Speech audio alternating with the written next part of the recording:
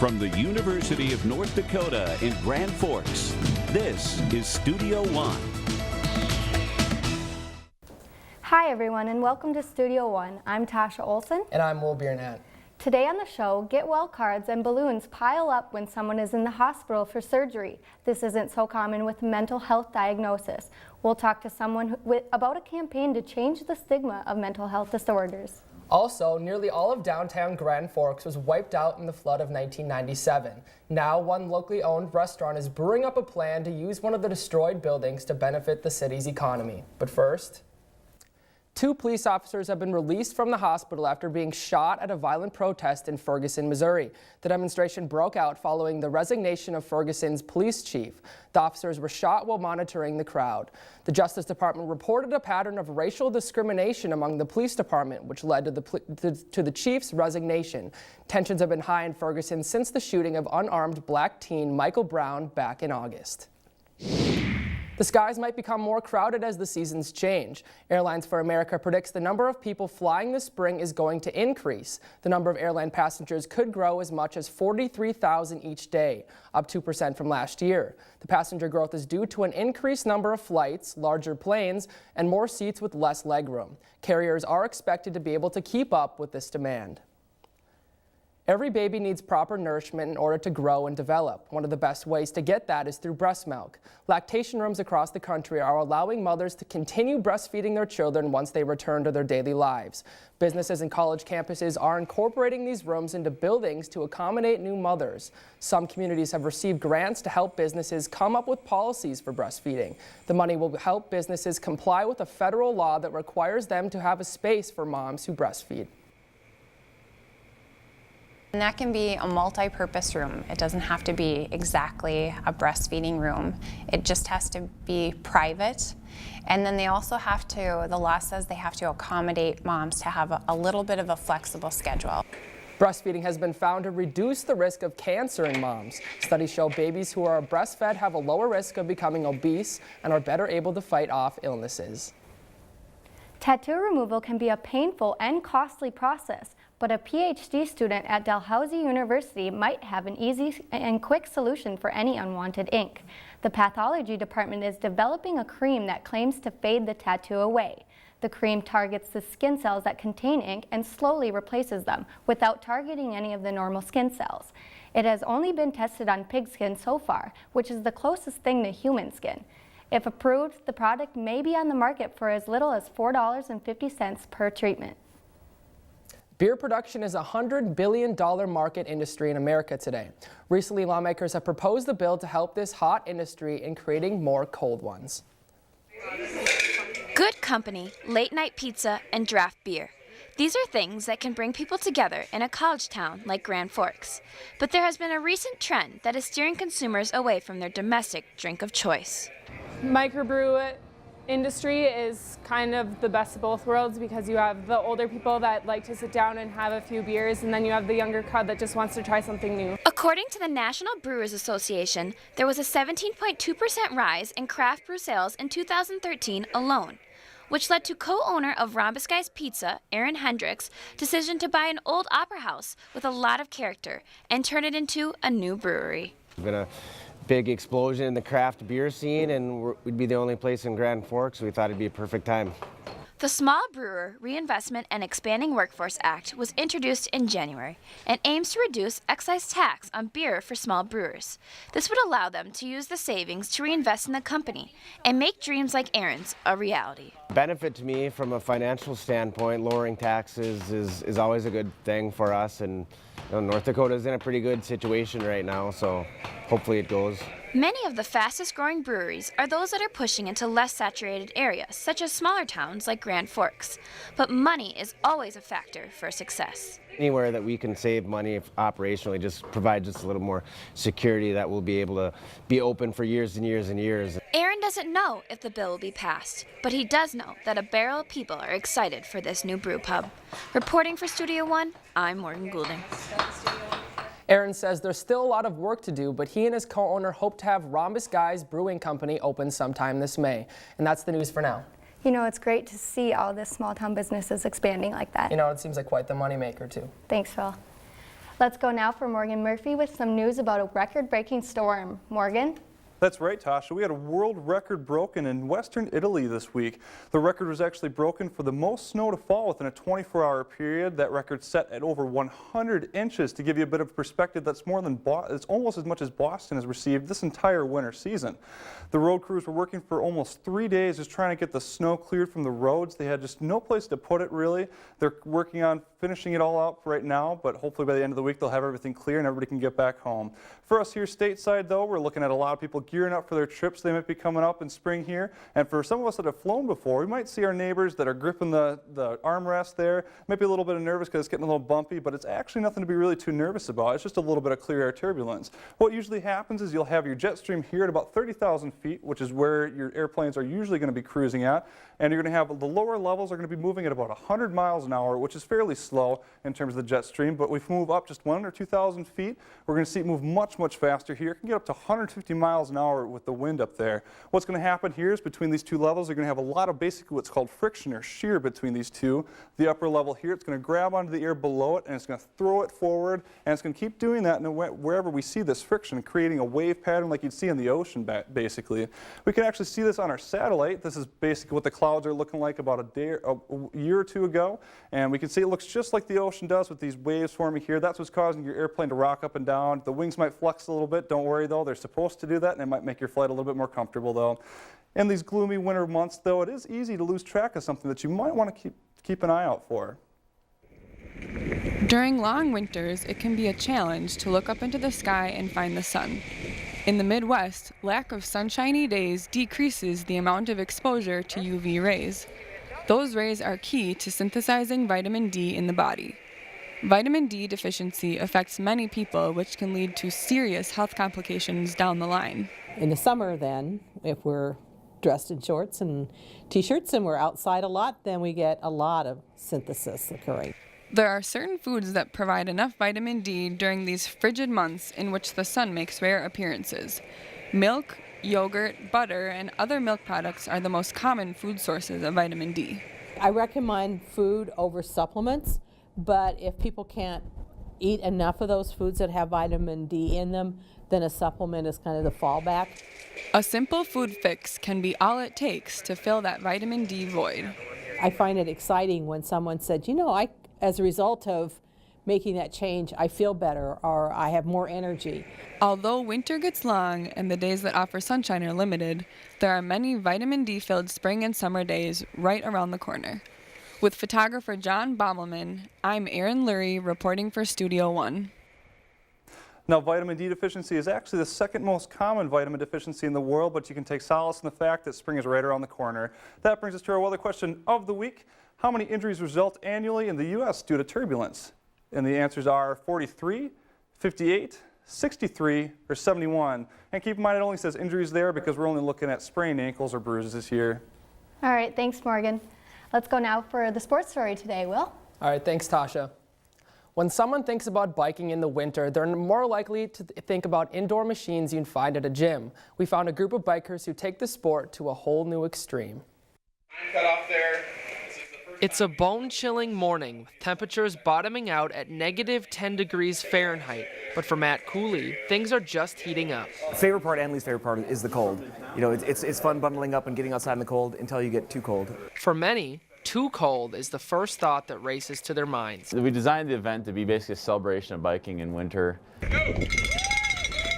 This is North Dakota's first ever outdoor fat bike race. Its aim is to introduce people who are willing to brave the elements to the ins and outs of the sport. Yeah, this is my first fat bike race. I've been mountain biking all my life. Fat bike racing, which differs from a normal cycle race, is becoming more popular. So this is a fat bike. I mean, obviously, as the name implies, the most notable thing are these fat tires, and so these are 2 to 3 times wider than a normal mountain bike tire. With unpredictable terrains, the bikes are made for almost any condition. The tire expands. It's able to push out and basically make the contact surface much wider. The chilly morning didn't stop nearly 25 people who participated in this year's event. It was a good number of people because we could basically keep an eye on everyone and make sure that no one got lost. Even at sub-zero temperatures, the athletes feel a sense of excitement, along with the shivers. Really in this area, there's not enough people who really enjoy the weather. They sit inside and complain about how cold it is, but there's really a lot of outdoor activities and opportunities to take advantage of in this area. Unbearable for some, an adrenaline rush for others. For Matt, this is an opportunity to conquer the cold. The race was 15 miles long, running around much of Grand Forks, North Dakota's greenway system. The event coordinator says that he plans on continuing the event for years to come. And that's the sports story for today's show. And you know, Tasha, I actually had the chance of being out at the race, and negative 10 degrees is just as cold as it sounds. I believe that. Thanks, Phil. The Centers for Disease Control and Prevention says suicide is the third leading cause of death for people between the ages of 15 and 24. Coming up, we'll talk to a woman who is part of a campaign to change that statistic.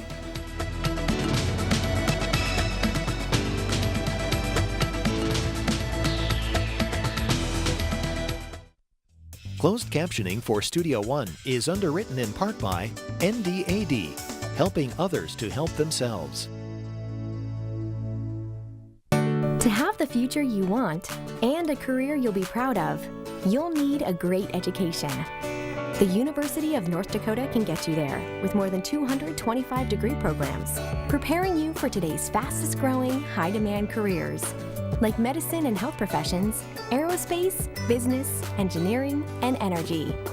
Schedule your campus visit today at und.edu/go, because to succeed, you need to be exceptional.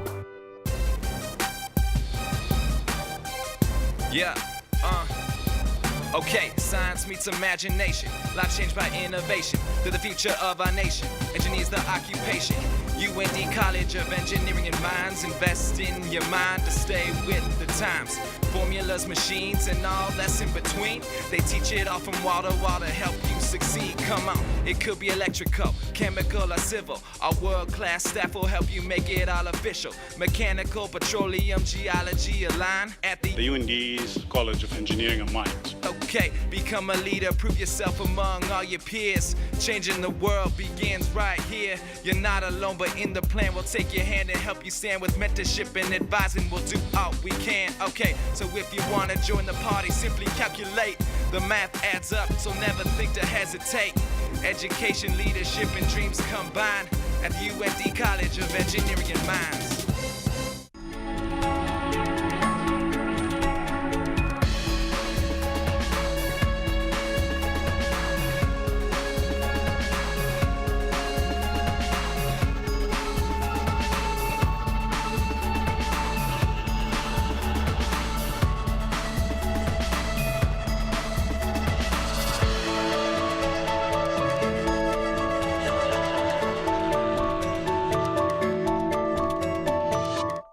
Closed captioning for Studio One is supported in part by the Listen Center, enriching the lives of people who have intellectual disabilities with choices in community recreation.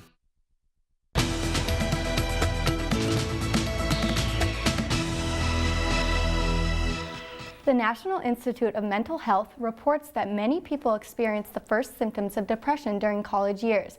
It also says that these students are not getting the help they need. Marketing Manager of Health and Wellness, Lacey Erickson, is working to break down the barrier at University of North Dakota.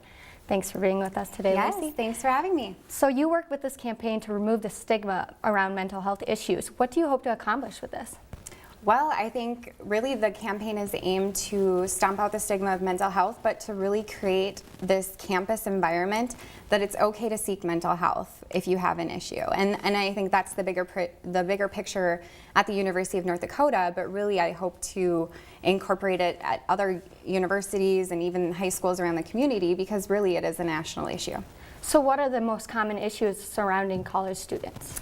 You know, college is a very stressful time for a lot of people, and when you are a freshman and you're coming into college and you're away from your parents for the first time, as many of them are, sometimes there's other circumstances, but you're away from your parents for the first time and you've got tests, you've got relationships, you're trying to meet new people, so it's a very stressful time. So there's a lot of people that will experience anxiety or some depression because they're away from home. But as we know with college students, it really is this natural environment that there's a lot of changes. So it's not uncommon that there's going to be some mental health issues that they'll have to deal with. Okay, and are there any surprising issues with college students surrounding mental health issues? I don't think there's any surprising issues. I think, you know, there are different cases that are more extreme than others, and that can be from a variety of reasons. I'm not a psychologist, so I can't necessarily talk to those, but I think we're trying to create with the campaign this environment that it's okay to seek mental health, and how we do that is really showing students that have already sought mental health and have a success story, that if you share your story, it might just have a snowball effect, and it will help other people to feel comfortable in talking about it as well. Great. So why is this issue different for college students as opposed to anybody else? You know, that's a good question. I don't think it's necessarily different. I think because they're in a more stressful environment, there might be, statistically I'm not sure, but there might be this natural environment that it's going to be a little bit more stressful. But with this campaign, why I'm trying to target, I guess, the college age students is because they say it's one of the most stressful times, and that's when they're going to maybe have the natural tendency to be either stressed or depressed or have some anxiety. And why I wanted to create a campaign to create that culture is because it's a natural way to figure out if students want to actually learn something through a campaign. So if we looked at the ALS Ice Bucket Challenge, right? That was very successful because it incorporated social media, and we're trying to figure out how do we best communicate those things to our college students. Okay, so how could this affect a student's life if it goes ignored? Well, I mean, there's extreme cases that can happen, and we're seeing nationally that definitely can happen, right? I can't give you the exact statistics, but we've heard in the media of different colleges, and there's even athletes who have taken their own life. So this can be life-changing and life-threatening. So it's something that all colleges across the nation are starting to really identify. I also think that because we're looking at the millennial generation coming into colleges, that's a little bit different. And if you look at the generation differences, they've been more in an environment with their parents of having more guidance, right? And the parents want them to be a little bit more careful to getting into different circumstances. So when they get into the college, they're not as able to fail, I guess is what I'm kind of trying to say. Yeah.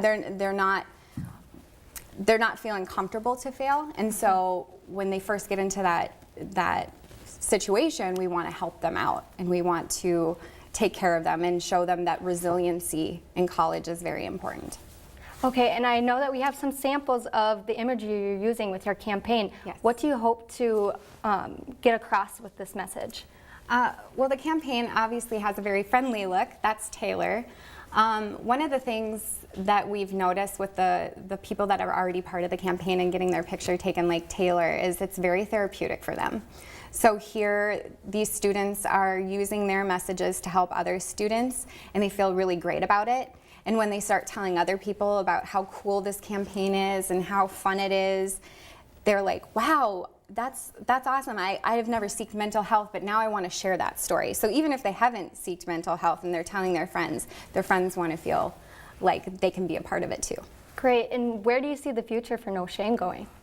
Like I said, I really think this could take off nationally. There's been a lot of different programs that have already been started with suicide prevention and depression, but I think that this can be used at high schools and colleges across the nation. Okay, well, thank you for coming in and talking to us about this. Thank you. Coming up, the average person's to-do list doesn't typically include jumping into water during sub-zero temperatures. We'll meet some daredevils who jump into freezing water on a frigid day to warm up the hearts of others.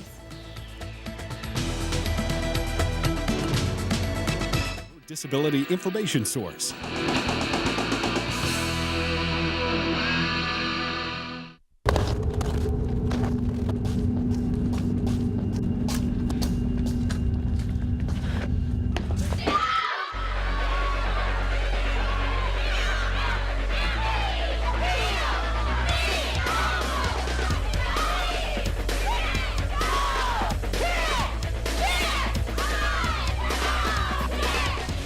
It's not the size of the woman in the fight. It's the size of the fight in the woman. To have the future you want and a career you'll be proud of, you'll need a great education. The University of North Dakota can get you there with more than 225 degree programs, preparing you for today's fastest growing, high demand careers, like medicine and health professions, aerospace, business, engineering, and energy. Schedule your campus visit today at und.edu/go, because to succeed, you need to be exceptional. North Dakota is facing challenges in healthcare delivery. The University of North Dakota School of Medicine and Health Sciences is building a place to help meet the state's healthcare needs. In addition to a new structure, we're also building interaction between healthcare professionals while building a workforce through expanding class sizes. We're inspiring our youth to engage in healthcare careers and exploring ways to reduce disease. It starts here and ends here, building a better future for North Dakota.